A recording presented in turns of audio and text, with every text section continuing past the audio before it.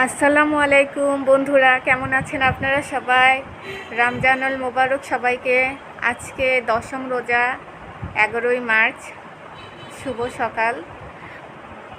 যেটা আমি বলতে চাচ্ছিলাম, আপনারা কখনো হতাশ হবে না।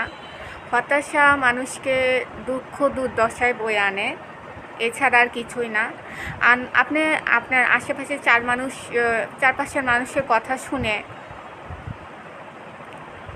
হয়তো খারাপ বোধ করতে পারেন, এটাই স্বাভাবিক।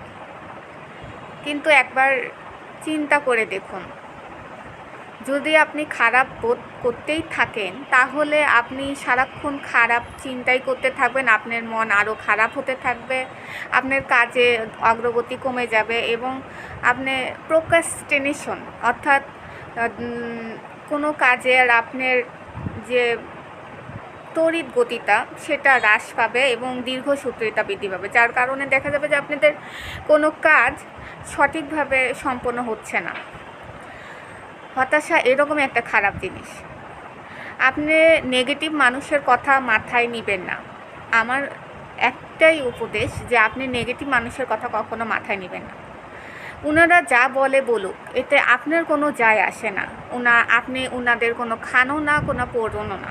এটা যদি আপনি নিজের মানুষও হয়, তা আমি আবারও রিপিট করতেছি, তারও কথা আপনি কানে নেবেন না।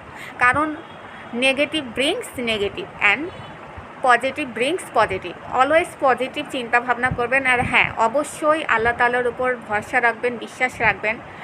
আল্লাহ তাআলা যেন আমাদের এই নিজেদের যার যার যেরকম সমস্যা আছে সেখান থেকে আল্লাহ তাআলা যেন আমাদের উতরে আসার তৌফিক দান করে এবং সেই সাথে অনেক বেশি দোয়া করবেন।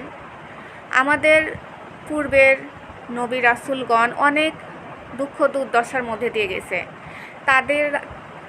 তাদেরকে মানুষ অনেক কষ্ট দিয়েছে, দুঃখ দিয়েছে। আমাদের নবী করিম সাল্লাল্লাহু আলাইহি সাল্লামকে কত মানুষ হেয় প্রতিপন্ন, অবজ্ঞা, অবহেলা এবং অনেক রকমের হয়রানি করছে। নবী করিম সাল্লাল্লাহু আলাইহি সাল্লাম দুঃখ ভারাক্রান্ত হয়ে আল্লাহর কাছে অনেক দোয়া প্রার্থনা করছে এবং আল্লাহ তাআলা তার জন্য করে মিরাজের ব্যবস্থাও করে দিয়েছিল। আপনারা তো সেটা জানেন। আমি বলতে চাচ্ছি যে হতাশ হওয়ার কোনো কারণ নেই। এই দুনিয়াটা 2 দিনের। আজ আছি, আমরা হয়তো ভবিষ্যতে আর থাকবো না, এটাই নিয়ম। তাই আমরা এই পরিস্থিতি থেকে উত্তরণের জন্য অনবরত দোয়া করতে থাকবো এবং আমাদের থট প্রসেস থাকবে পজিটিভ চিন্তা করা, পজিটিভ চিন্তা করতে থাকবো। ধন্যবাদ।